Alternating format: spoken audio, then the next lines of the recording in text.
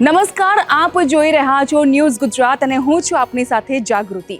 અહિંસા પરમો ધર્મ, આ સૂત્ર કોણે અપનાવ્યું હતું, કોણે આપ્યું હતું અને કોણે પોતાના જીવનમાં આ સૂત્રને સાર્થક કરી બતાવ્યું છે, એ જ વ્યક્તિના આપણે જન્મસ્થળ પર આજે ઊભા છીએ।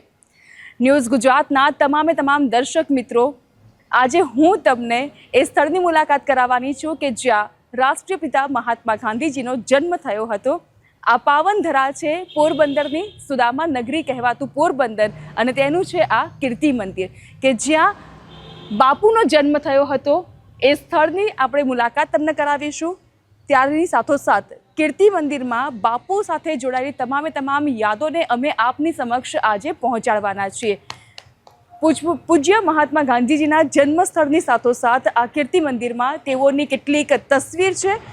સાથોસાથ બાપુ જ્યાં સુધી જીવંત હતા ત્યાં સુધી તેઓએ ચરખો ચલાવવાનું ચાલુ રાખ્યું હતું, અને એ જ ચરખો અને તેની સાથોસાથ કેટલીક મહત્વની અને દુર્લભ કહી શકાય તેવી તસવીરોનું સંગ્રહ સ્થાન પણ અહીં છે। આ એ સંગ્રહ સ્થાન છે કે જ્યાં તમને તે વખતની બાપુની સાથે, બાપુના કાર્યકાળમાં, બાપુના જીવન પર્યંત તેઓએ કયા પ્રકારની કૂચ અપનાવી હતી, કયા પ્રકારની લડત અપનાવી હતી, તે તમામ ફોટોઝ તમને અહીંયા જોવા મળશે। અને આ ચરખો છે, આ ચરખો કે જ્યારે બાપુ ચલાવતા હતા, અને બાપુનો એક એવો આશય પણ હતો કે આ ચરખાને કાતીને તેઓ જે ઉત્પન્ન કરતા હતા, સૂતી ઉત્પન્ન કરતા હતા, એ સૂતરાઓમાંથી તેઓ કાપડનું વણાટ કરાવડાવતા હતા, અને પછી એ જ સૂતરાઓ તેઓ પોતાના વસ્ત્ર તરીકે ઉપયોગમાં લેતા હતા। એટલે કે આ ચરખો બાપુને ખૂબ જ પ્રિય હતો। અને તેની સાથોસાથ તમે જોઈ શકો છો બાપુની અહીં કોલેજ કાળ, આ બાપુનું જન્મસ્થળ છે, કોલેજ કાળનો આ યુવાની કાળનો ફોટો છે।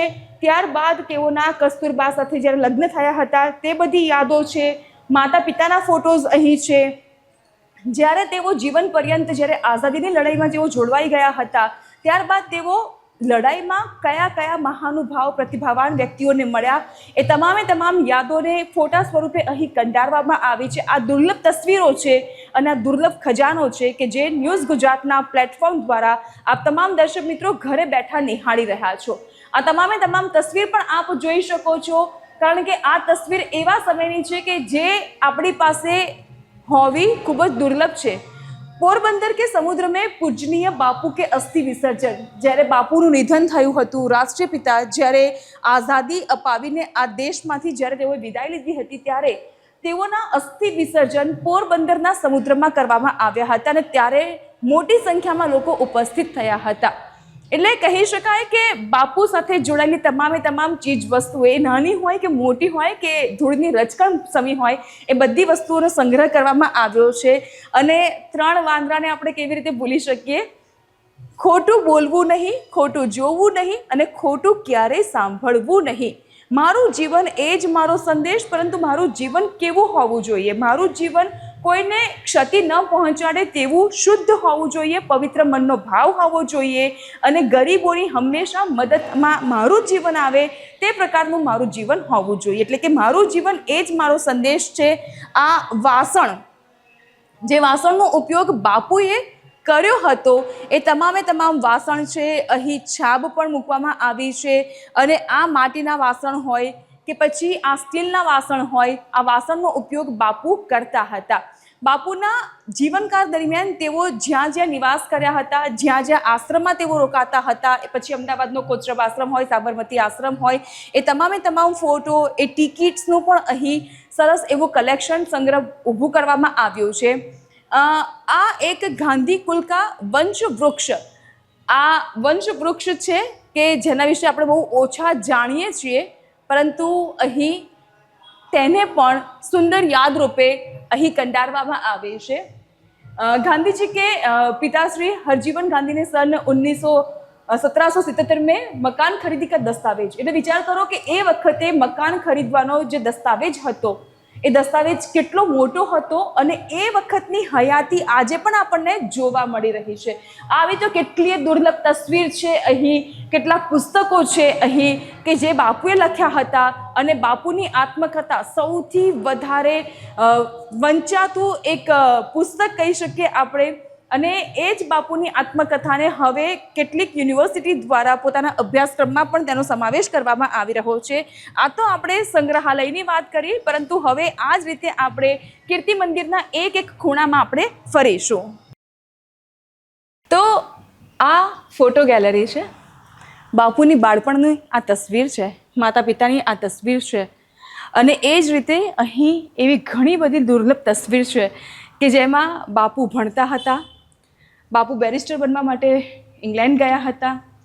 લંડનમાં તેઓ જે સંસ્થામાં ભણતા હતા ત્યાં બાકી સદસ્યો સાથેના તેઓના આ ફોટોઝ છે કે જે ફોટો કદાચ આપણે જોયા નહીં હોય, આ પવિત્ર જગ્યા ઉપર આવ્યા પહેલાં તો નહીં જ જોયા હોય એવી દુર્લભ તસવીરનું અહીં કલેક્શન છે. અને આ કલેક્શન માટે તમારે કીર્તિ મંદિરમાં આવવું જ પડે. પણ જો વેકેશનના સમયગાળામાં કે તમને ક્યારેય પોરબંદર આવવાની તક નથી મળતી, એ સૌભાગ્ય પ્રાપ્ત નથી થઈ શકતું, તો એવા સંજોગોમાં ન્યૂઝ ગુજરાતના આ પ્લેટફોર્મ પરથી તમને બાપુની તમામ દુર્લભ તસવીર જોવા મળશે. ગાંધી બાપુ છે, કસ્તુરબા છે, અને પીકે પરિવાર એટલે કે નાયડુ પરિવાર સાથે તેઓની આ તસવીર છે. બાપુ ધનુષ નકલી સૂતર કાતે છે. ચરખો એમને ખૂબ જ પ્રિય છે, પરંતુ ચરખો નથી તો એ ચરખો કાંતવાનું બંધ નથી કરતા, એટલે નકલી ધનુષ બનાવીને એની ઉપર ચરખો કાતવાનું પણ એ કામ કરે છે. કારણ કે હંમેશા આપણે બાપુને એક સુતરાઉ પોતળીમાં જ જોયેલા છે, અને એ પોતળી પણ એ જે ચરખો કાંતે છે એમાંથી બનાવવામાં આવતી હતી. કારણ કે હંમેશા તેઓ સ્વદેશી વસ્તુઓની ઉપર બહુ જ ભાર આપતા હતા, અને એ જ સ્વદેશી વસ્તુઓને તેઓએ જીવન પર્યંત અપનાવી છે. ગાંધીજી અને કસ્તુરબાનું જે સ્વાગત થાય છે, 1915ની આ તસવીર છે. સૌરાષ્ટ્ર ગોંડલમાં બાપુજીનું જ્યારે કસ્તુરબા સાથે સ્વાગત કરવામાં આવે છે તે ક્ષણની એ તસવીર છે. 1914ની આ તસવીર છે. એક પ્રાર્થના સભામાં બાપુનો આ અવતાર તમે જોઈ શકો છો કે જીવન પર્યંત તેઓએ જ્યારે દુઃખી આત્માઓને જોઈ હતી અને તેઓના શરીર પર એક પણ વસ્ત્ર ન હતું, ત્યારે તેઓએ પણ સમજ્યું હતું કે મને વસ્ત્રની કેટલી જરૂર છે. તો તેઓએ ફક્ત એક પોતળી પહેરી અને જીવન પર્યંત તેઓએ એ જ વસ્ત્રને પરિધાન રાખ્યું હતું. અને ત્યારબાદ જ્યારે તેઓનું નિધન થાય છે, આપણી વચ્ચેથી તેઓ વિદાય લે છે, ત્યારબાદ પણ આપણને બાપુની એ જ સાદગીભર્યું જીવન જોવા મળે છે. આ તમામ તસવીર આપ જોઈ શકો છો કે જ્યાં રવિન્દ્રનાથ ટાગોરજી હોય કે પછી કસ્તુરબા પોતાના પૌત્ર સાથેની તસવીર હોય, અહીં જમનાલાલ બજાજ કે સાથ હરિ કલ્યાણ હેતુ ધ્વન સ્વીકારતે હોતે હુએ, એટલે ક્યારેય પોતાના માટે તેઓ જીવન નથી જીવ્યા. જીવન જીવ્યા છે તો તેઓ ફક્ત જનહિત માટે. આ તસવીર ખૂબ જ સુંદર છે. લોખંડી પુરુષ સરદાર વલ્લભભાઈ પટેલ અને દેશની આઝાદી અપાવવાના સૌથી મોટા ફ્રીડમ ફાઇટર તરીકે રાષ્ટ્રપિતા મહાત્મા ગાંધી. તમે જુઓ બંનેના ચહેરા ઉપર કેટલું હાસ્ય છે. ખબર નહીં એ વાત કઈ હશે, ખબર નહીં એ ખુશનુમા વાતાવરણ શું હશે કે જ્યારે આ બંને ગુજરાતના ચહેરા અને એવા જ ખિલખિલાટ હાસ્ય કરતા આપણને જોવા મળે છે. આવી તો અનેકો તસવીર તમને અહીં જોવા મળશે, પરંતુ આ તસવીર જોવાનું સૌભાગ્ય તેને જ મળે છે કે જે પોરબંદરમાં આવે છે, કીર્તિ મંદિરની મુલાકાત લે છે, અને કીર્તિ મંદિરના ખૂણે ખૂણે તમે જ્યારે ફરશો, મુલાકાત લેશો, તો તમને એવું લાગશે કે હા, બાપુની હયાતી આજે પણ મને સ્પર્શી રહી છે, આજે પણ મને એ અનુભવ થઈ રહ્યો છે.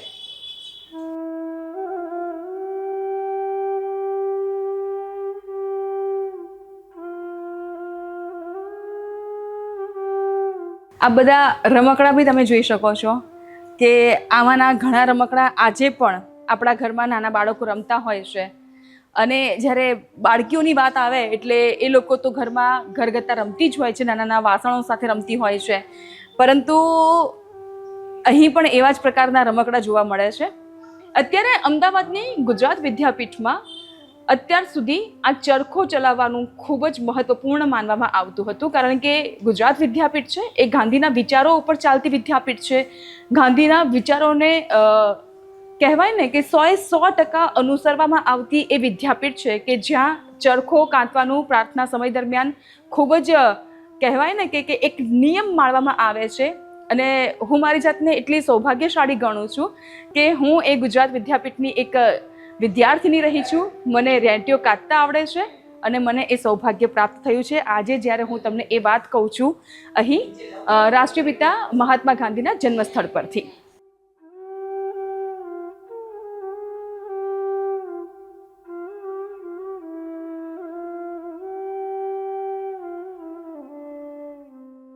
તો દર્શક મિત્રો, કેવું લાગ્યું? ઘરે બેઠા બેઠા પણ આજે સુદામા નગરીની મુલાકાત કરવાની અને તેમાં પણ ખાસ રાષ્ટ્રપિતા મહાત્મા ગાંધીની જન્મસ્થળની મુલાકાત કરવાની. હવે આ જે તમે જુઓ છો એ બાલ મંદિર છે. અહીં નાના બાળકોને ભણાવવાનું કામ પણ કરવામાં આવતું હતું અને તેની બાજુમાં પૂજ્ય કસ્તુરબા ગાંધી પુસ્તકાલય, એટલે કસ્તુરબા ગાંધીના પુસ્તકાલયની પણ અહીં વિશેષ વ્યવસ્થા હતી, કારણ કે બાપુ સાથે રહીને બાને પણ પુસ્તક વાંચવાનો શોખ હતો અને તેઓએ પોતાના પુસ્તક માટેનું એક અલગ જ પુસ્તકાલય બનાવ્યું હતું કે જેથી કરીને તે પુસ્તક વાંચી શકે અને તેઓના પુસ્તક વાંચવાનો જે સમયગાળો હોય છે તેમાં તેઓને કોઈ જ પ્રકારની ખલીલ કે પછી કોઈ પણ પ્રકારનું ડિસ્ટર્બન્સ ન રહે તે માટેની તેઓ વ્યવસ્થા પણ કરી હતી. તો સાચું કહેજો, વેકેશન અને વેકેશનની અંદર ઘરે બેઠા બેઠા જો આપણને એક સરસ મજાની જગ્યા વિશેની માહિતી જાણવા મળી જાય, એ જગ્યાનો પરિચય થઈ જાય અને એમાં પણ એ જગ્યા જો રાષ્ટ્રપિતા મહાત્મા ગાંધીના જન્મસ્થળની એટલે કે કીર્તિ મંદિરની હોય તો મજા પડી ગઈ હશે ને આજની તમને આ મુલાકાત અને આ સ્પેશિયલ રજૂઆત જોઈને. તો આવું તો ઘણું બધું તમારી માટે અમે લઈને આવતા જ રહીશું, પરંતુ તેની માટે તમારે શું કરવાનું છે? તમારે ન્યૂઝ ગુજરાત ચેનલને સબસ્ક્રાઈબ કરવાની છે, લાઈક કરવાની છે ને હા, આ મુલાકાત પોરબંદર વિશેની રસપ્રદ માહિતી તમને કેવી લાગી ચોક્કસથી કમેન્ટ બોક્સમાં અમને લખીને જણાવજો. તો ફરી મળીએ છીએ, ત્યાં સુધી આવજો.